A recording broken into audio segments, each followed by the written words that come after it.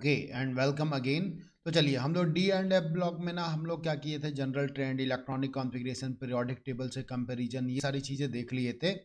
तो अब हम लोग आगे बढ़ाते हैं अपने टॉपिक्स को। सबसे पहले ना हम लोग अगर बात करें कि भाई ये सभी के सभी मेटल्स हैं, इंपॉर्टेंट हम लोग पॉइंट्स को ही नोट करेंगे जो बोर्ड के लिए इंपॉर्टेंट रहेगा, है ना। तो सभी के सभी मेटल्स हैं तो सब के सब क्या करते हैं, रिड्यूस होने की टेंडेंसी रखते हैं, ठीक है।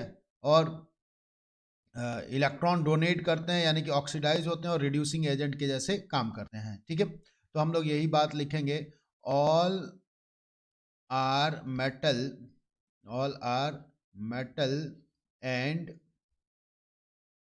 Having tendency to get oxidize means they are act as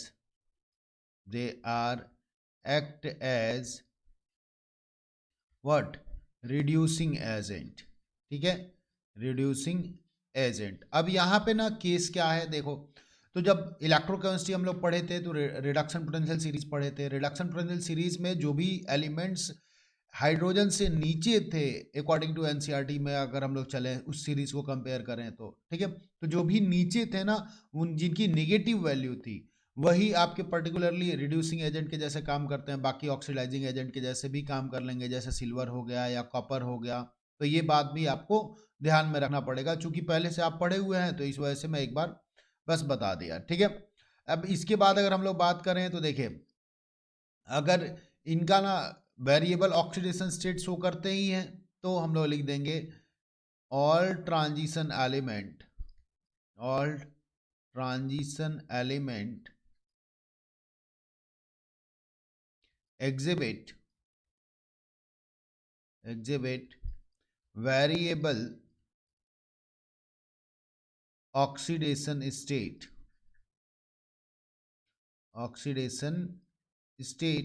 ठीक है। ड्यू टू दिस रीजन,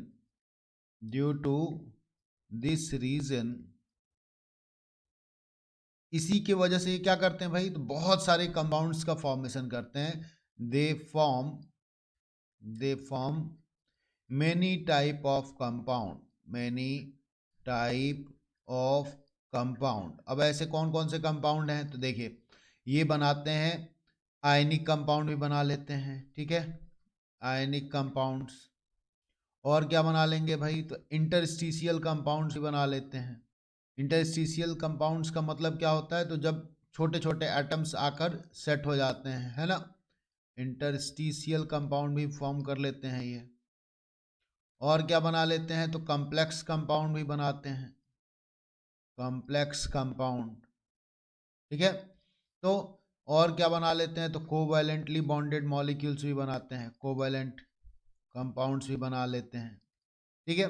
जैसे अब आप हायर क्लासेस में जाएंगे तो एल्काइल मेटल का जो मेटल कार्बोनिल जो है उसको आप ज़्यादा डिस्कस करते हैं तो आपको पता चलेगा कोवैलेंटली नेचर का भी रहता है वो, ठीक है।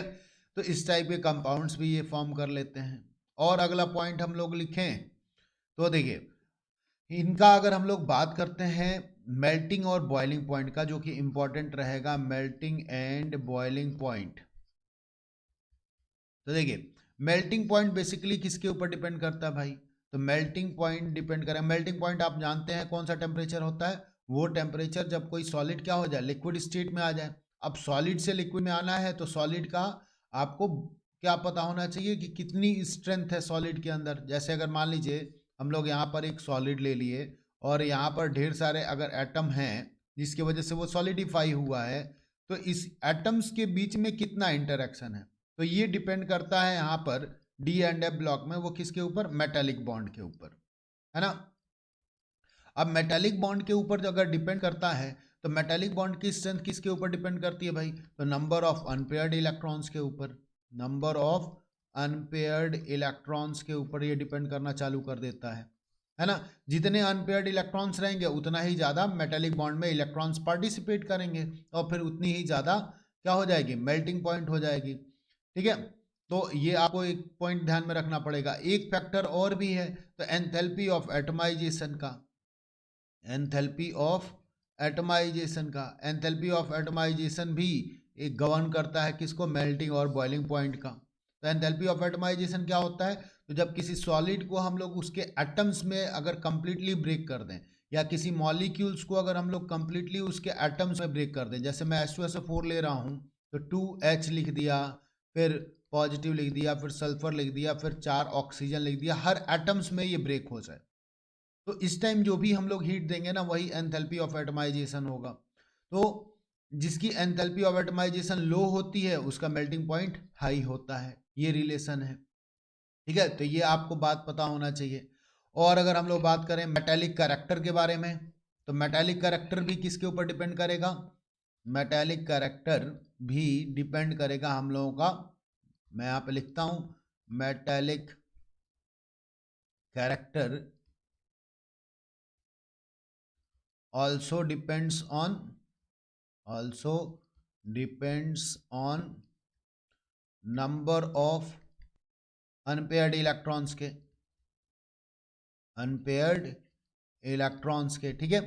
अच्छा, और अगर हम लोग बात करें कि जितना ज़्यादा अनपेयर्ड इलेक्ट्रॉन्स रहेंगे उतना ज़्यादा मेटालिक कैरेक्टर होगा। एक चीज़ और गवर्न करता है मेटालिक कैरेक्टर को, तो वो क्या होता है भाई, क्रिस्टलाइन स्ट्रक्चर, क्रिस्टलाइन स्ट्रक्चर, कि जो आपका मेटल है वो क्यूबिक क्लोज पैकिंग में है, या बीसीसी में है, या एफसीसी में है, या एचसीपी में है, ठीक है, किस टाइप का क्रिस्टलाइन स्ट्रक्चर है उसके ऊपर भी डिपेंड करने लगता है। कैसे, तो मान लीजिए सीसीपी में पर यूनिट सेल जो होते हैं 4 एटम्स होते हैं, बीसीसी में 2 होते हैं, एफसीसी में भी 4 होते हैं, एचसीपी में 6 होता है। तो जब ज़्यादा नंबर ऑफ एटम एक यूनिट डेफिनिट वॉल्यूम में होंगे तो उसकी पैकिंग भी अच्छी होगी, तो मेटालिक कैरेक्टर भी ज़्यादा अच्छा होगा, है ना। तो मैं, अच्छा, अब ये चीज़ आपको क्लियर हो गया। और अगर हम लोग बात करें तो आप कह सकते हैं कैटेलिटिक प्रॉपर्टीज़ के बारे में, ये इंपॉर्टेंट है, कैटेलिटिक प्रॉपर्टीज़। तो कैटेलिटिक बिहेवियर ये क्यों शो करते हैं, कई बार बोर्ड पूछा है। तो लार्ज सरफेस एरिया होने के वजह से ये क्या करते हैं, कैटेलिटिक बिहेवियर शो करते हैं। तो due to large surface area and क्या हो जाता है भाई, variable oxidation state,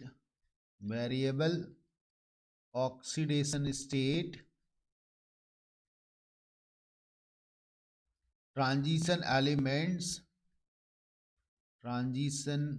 elements so catalytic activity या इफेक्ट, जो भी लिखिए आप। अब इसी पे ना, अगर मान लीजिए आपको एग्जाम्पल भी लिखना है, तो आप ये वाला रिएक्शन बहुत बार देखे होंगे कि कोई भी एल्कीन है जिसमें अगर हाइड्रोजन गैस हम लोगों को ऐड कराना है तो हम लोग निकल प्लैटिनम या प्लैटिनम ले लेते थे और ये फिर एल्केन में कन्वर्ट हो जाता था। इसके अलावा भी बहुत सारे एग्जाम्पल्स हैं, लेकिन ये अभी हमको हमारे दिमाग में आया तो मैंने आपके लिए बता दिया। आप कुछ और भी सोच सकते हैं, ठीक है। कैटेलिटिक बिहेवियर के अलावा मैग्नेटिक प्रॉपर्टीज पूछता है 2 नंबर में, कि मैग्नेटिक प्रॉपर्टीज बताइए, मैग्नेटिक प्रॉपर्टीज। तो मैग्नेटिक प्रॉपर्टीज क्या होता है, देखिए चूंकि ये सब मेटल्स हैं तो कुछ ना कुछ मैग्नेटिक प्रॉपर्टीज इनकी होगी ही होगी, है कि नहीं।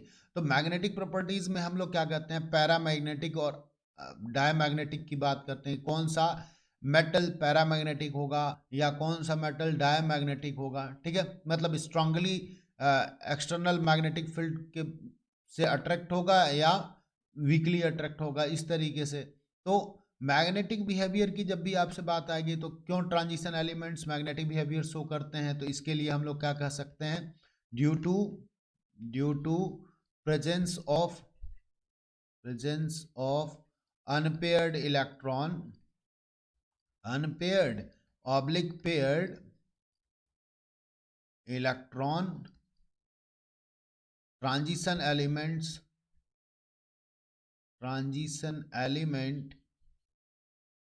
exhibit magnetic बिहेवियर, ठीक है। अब इसमें भी क्या होगा, पर्टिकुलरली पूछ देता है कि बताइए कौन सा आपका जो एलिमेंट है वो पैरामैग्नेटिक है या डायमैग्नेटिक है। तो इसका सिंपल सा कंसेप्ट ये है कि अगर किसी के पास अनपेयर्ड इलेक्ट्रॉन होगा, आप क्या करना जानते हैं, इलेक्ट्रॉनिक कॉन्फ़िगरेशन लिखना जानते हैं, तो अनपेयर्ड इलेक्ट्रॉन होगा तो वो पैरामैग्नेटिक होगा, पैरामैग्नेटिक, ठीक है कि नहीं। अगर मान लीजिए पेयर्ड इलेक्ट्रॉन है तो वो क्या होगा, डायमैग्नेटिक होगा। पेयर्ड इलेक्ट्रॉन अगर होगा तो हम लोग क्या कहेंगे कि वो डायमैग्नेटिक है, ठीक है। तो इस तरीके से आप मैग्नेटिक बिहेवियर के बारे में आप बात कर सकते हैं। इसके अलावा मैग्नेटिक प्रॉपर्टी से और क्या क्वेश्चन बनाता है हम लोगों का, तो बनाता है कि भाई मैग्नेटिक मोमेंट आप कैलकुलेट कर दीजिए। तो मैग्नेटिक मोमेंट का आप क्या फॉर्मूला लिखते थे, अंडर रूट एन और फिर n+2 लिख देते थे और bm लिख देते थे, ठीक है। bm बोर्स मैग्नेटॉन फॉर्मूला हो जाता था, ठीक है। और इसको हम लोग म्यू से रिप्रेजेंट कर देते थे। अब ये n क्या होता था, नंबर ऑफ अनपेयर्ड इलेक्ट्रॉन हो जाता था, नंबर ऑफ अनपेयर्ड इलेक्ट्रॉन, जितने अनपेयर्ड इलेक्ट्रॉन होंगे उतना बोर्स मैग्नेटॉन यूनिट हो जाती थी हम लोगों की, ठीक है। तो मैग्नेटिक मोमेंट अगर आपसे कैलकुलेट करने के लिए पूछता है तो आप ये चीज बता देते हैं। इसके अलावा और कौन सी प्रॉपर्टीज है, तो ट्रांजिशन एलिमेंट्स जो है कलर्ड कंपाउंड्स में आते हैं, कलर्ड कंपाउंड्स। अब इसका रीजन पूछता है कि वाई ट्रांजिशन एलिमेंट्स एग्जिबिट या गिव्स कलर्ड कंपाउंड एक्सप्लेन। तो 2 या 3 मार्क्स में ये क्वेश्चन आ जाता है। तो इसके लिए आप क्या करेंगे ना, देखिए जितने भी ट्रांजिशन एलिमेंट्स हैं सबसे पहले तो ये जान लीजिए कि कलर आता कैसे है। तो ड्यू टू डी ट्रांजिशन, अभी हम लोग अगले चैप्टर में पढ़ेंगे डी ट्रांजिशन क्या होता है। तो due to d transition, transition transition elements, transition element exhibit coloured compound, coloured compound, ठीक है। आप ये रीजन देंगे। एक और भी रीजन होता है, अगर आयनिक कंपाउंड्स है तो उसका कलर कैसे आता है, तो आयन इलेक्ट्रॉन ट्रांसफर के वजह से। और यहां पे मैं लिखूंगा ionic compounds are colourful due to ion electron transfer. लेकिन मोस्ट ऑफ द केसेस में अगर आपने ये लिख दिया तो वो कंसिडरेबल होगा। तो आपको ना इसके लिए रीजन आपको डी ट्रांजिशन, और इस डी ट्रांजिशन होता क्या है मैं अभी बोला हूँ, कोऑर्डिनेशन कंपाउंड में हम लोग डिटेल में डिस्कस करने वाले हैं, ठीक है।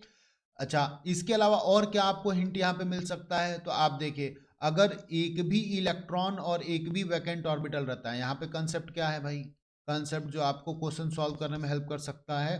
तो if D subshell, D subshell have one, at least one, है ना, कम से कम एक अनपेयर्ड इलेक्ट्रॉन होना चाहिए, at least one electron and at least one vacant orbital,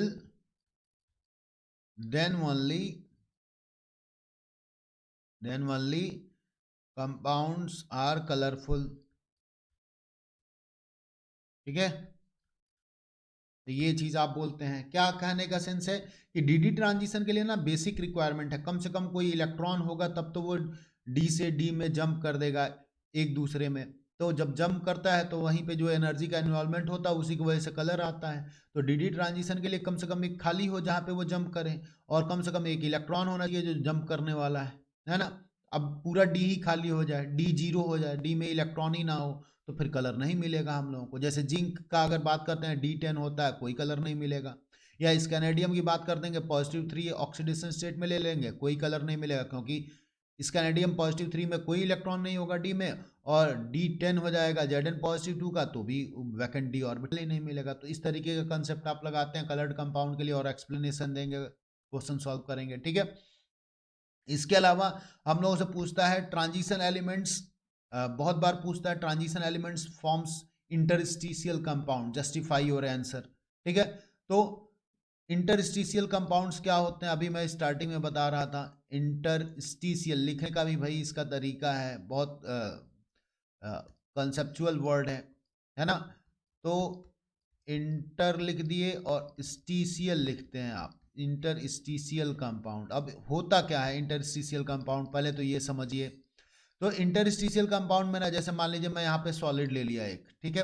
अब इस सॉलिड के अंदर क्या है, ढेर सारे हमारे बड़े बड़े एटम्स हैं। अब एटम्स जब बड़े बड़े हैं तो इनके बीच में गैप भी आएगा।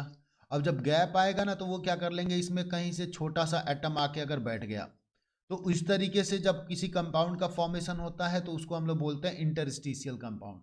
जब छोटे आयंस विदाउट एनी बॉन्ड आके उसी के बीच में सेट हो जाते हैं, ठीक है।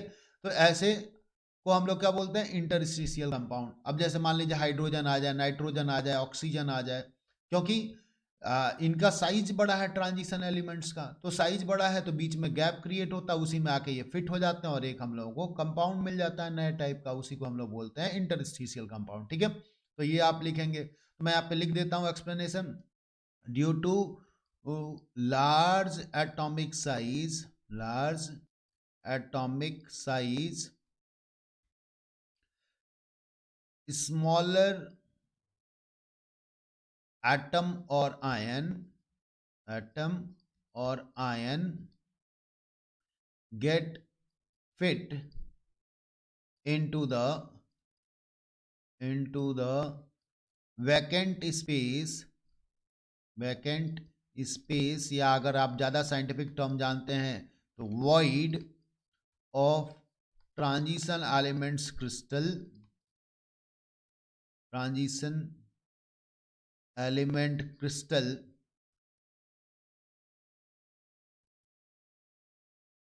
ठीक है, that leads to form, that leads to form what, तो interstitial compound, interstitial compound.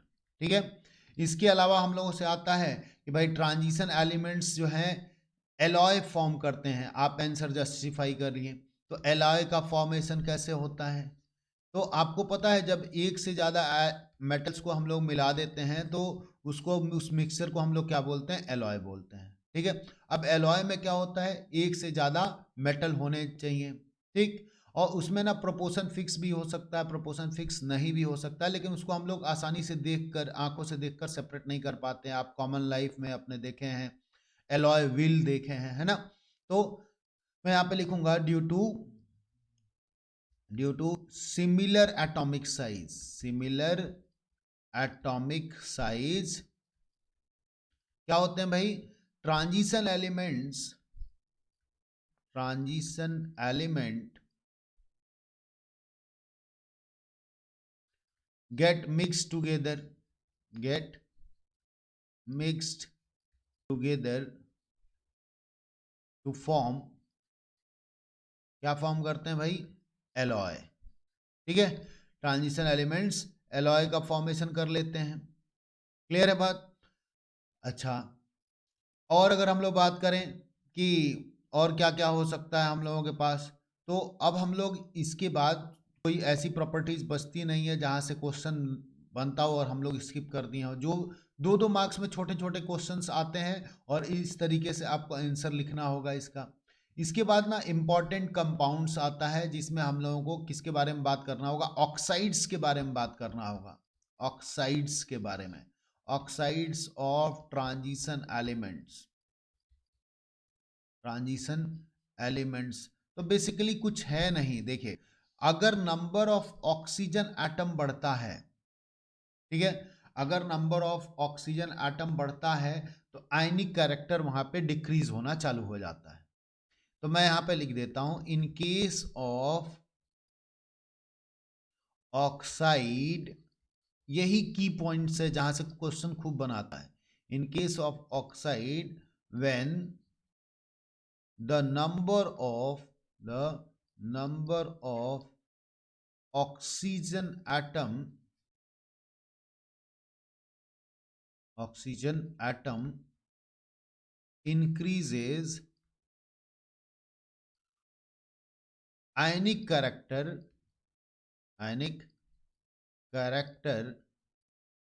decreases। ठीक है।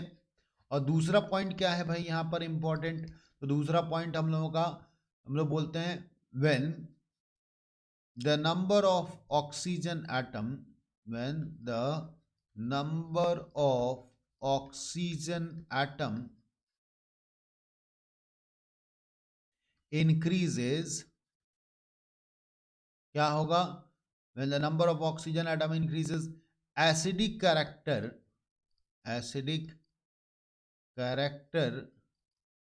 of oxide also increases। ठीक है। तो इस टाइप का भी क्वेश्चन हम लोगों से खूब बनाता है। इसके बाद अगर हम लोग और बात करें और क्या हो सकता है, तो हम लोगों के पास ना पहला इंपॉर्टेंट कंपाउंड जो है पोटेशियम डाइक्रोमेट होता है K2Cr2O7। तो उसको हम लोगों को डिटेल में पढ़ना है, चलिए ध्यान से देख लेते हैं। तो K2Cr2O7 की बात कर रहे हैं, तो सबसे पहले इसको बोलते क्या है भाई, तो आप बोलते हैं पोटेशियम डाइक्रोमेट। ठीक है। तो आज तो हम लोग इसका जनरल इंट्रोडक्शन ही जानेंगे। तो सबसे पहले ना इसका स्ट्रक्चर की बात कर लें। स्ट्रक्चर, एक तो पोटेशियम क्रोमेट होता है, दूसरा डाइक्रोमेट होता है। तो पहले तो स्ट्रक्चर डाइक्रोमेट के बारे में हम लोग बात करें तो देखिए, डाइक्रोमेट का जब भी हम लोग स्ट्रक्चर बनाएंगे ना, तो स्ट्रक्चर बनाने से पहले हम लोगों को इसका बेसिक आना जरूरी है, क्योंकि K2Cr2O7 को जब भी आप पानी में डिजोल्व करते हैं तो ये 2K positive plus Cr2O7 negative 2 में ब्रेक हो जाता है। अगर मान लीजिए यहां से क्यों नहीं, ये सवाल ये उठता है कि यहां से क्यों नहीं ब्रेक होता, ये दोनों क्यों नहीं ब्रेक होते, तो इसका रीजन ये है कि भाई इसके अंदर कोवैलेंट कैरेक्टरिस्टिक्स है, जबकि पोटेशियम और इनके बीच में आयनिक कैरेक्टरिस्टिक्स था। तो आयनिक बॉन्ड का तो कोई हम लोग स्ट्रक्चर बनाते नहीं है, और इस वजह से जब भी हम लोग स्ट्रक्चर बनाएंगे तो डाइक्रोमेट आयन का बनाएंगे। ठीक है। तो देखिए Cr है हम लोगों के पास, वैलेंस इलेक्ट्रॉन आपको पता है टोटल कितने होते हैं, 6 होते हैं। तो 2 Cr है और 7 ऑक्सीजन है। मैं यहाँ पे कर दिया एक ऑक्सीजन, इधर भी कर देता हूँ एक ऑक्सीजन, एक ऑक्सीजन मैं इधर जोड़ दिया तो 2 हो गया, 3 हो गया टोटल। यहाँ पे मैं कर दिया 4। ठीक है। और यहाँ पे भी कर दिया तो ये हम लोगों का 1 2 3 4 5 हो गया। और यहाँ पे मैं एक कर दिया 6 और यहाँ पे मैं एक कर दिया 7। और इसके बाद ना स्क्वायर ब्रैकेट के बाद मैं यहाँ पे 2K पॉजिटिव लिख सकता हूँ या बाद में। ठीक है। तो ये हम लोगों का डाइक्रोमेट आयन का स्ट्रक्चर है। अब बात आती है कि डाइक्रोमेट आयन को हम लोग बनाते कैसे हैं भाई, तो डाइक्रोमेट आयन को ना हम लोग बनाते हैं किससे, क्रोमाइट ओर से। ठीक है। तो प्रिपरेशन ऑफ, एक ही प्रिपरेशन है हम लोगों के सिलेबस में, डाइक्रोमेट आयन या पोटेशियम डाइक्रोमेट, जो भी आप कहिए, dichromate is basically prepared from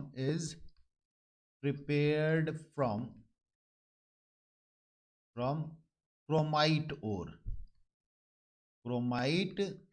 ओर। ये आपको ध्यान में रखना पड़ेगा किस ओर से बनाया जाता है, ऑब्जेक्टिव क्वेश्चन बना लेता है। ठीक है। अब क्रोमाइट ओर का फॉर्मूला क्या होता है, तो Fe लिखते हैं आप, Cr2 लिखते हैं आप, और O4 लिखते हैं।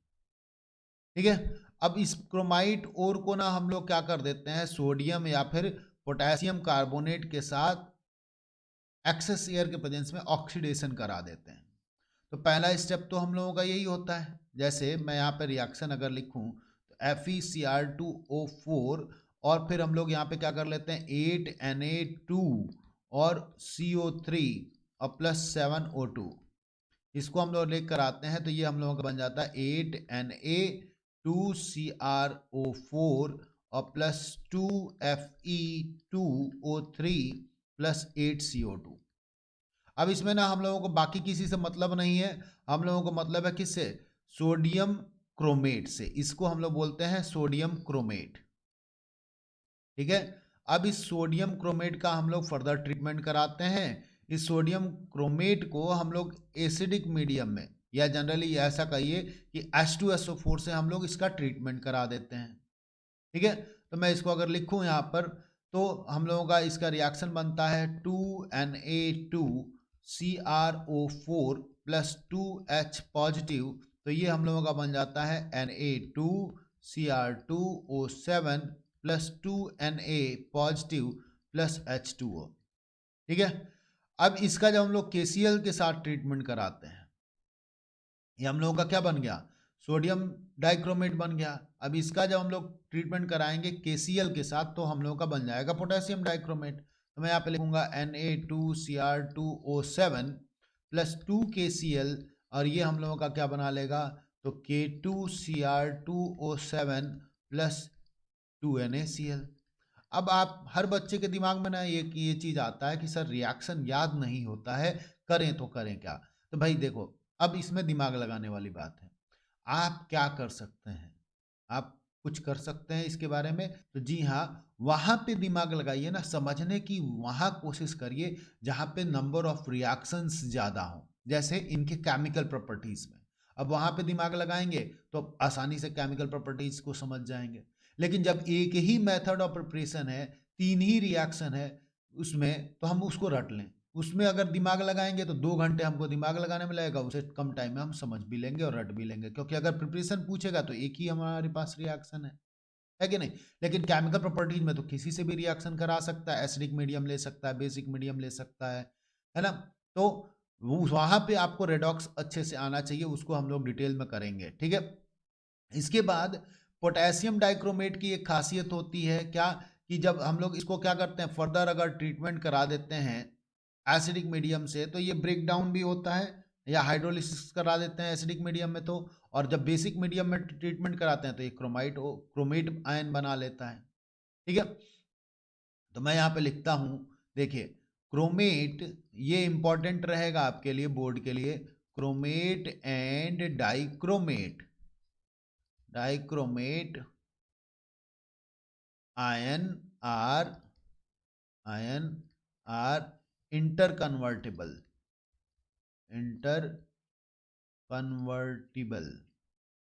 ठीक है, इंटरकन्वर्टिबल कैसे होते हैं भाई, तो मान लीजिए हमारे पास यहाँ पे क्या है, CrO4 -2 है, हम लोग क्या बोलते हैं इसको, तो हम लोग बोल देते हैं क्रोमेट। अब इस क्रोमेट का हम लोग जब जैसे ही ट्रीटमेंट कराएंगे 2H पॉजिटिव से, तो ये हम लोगों का बना लेता है Cr2O7 -2 और प्लस 2H2O बना लेता है। ठीक है, अब अगर यही हमारे पास, अब ये क्या हो गया, डाइक्रोमेट हो गया। एसिडिक मीडियम में जैसे ही हम लोगों ने ट्रीटमेंट कराया, डाइक्रोमेट आयन बन गया क्रोमेट आयन से।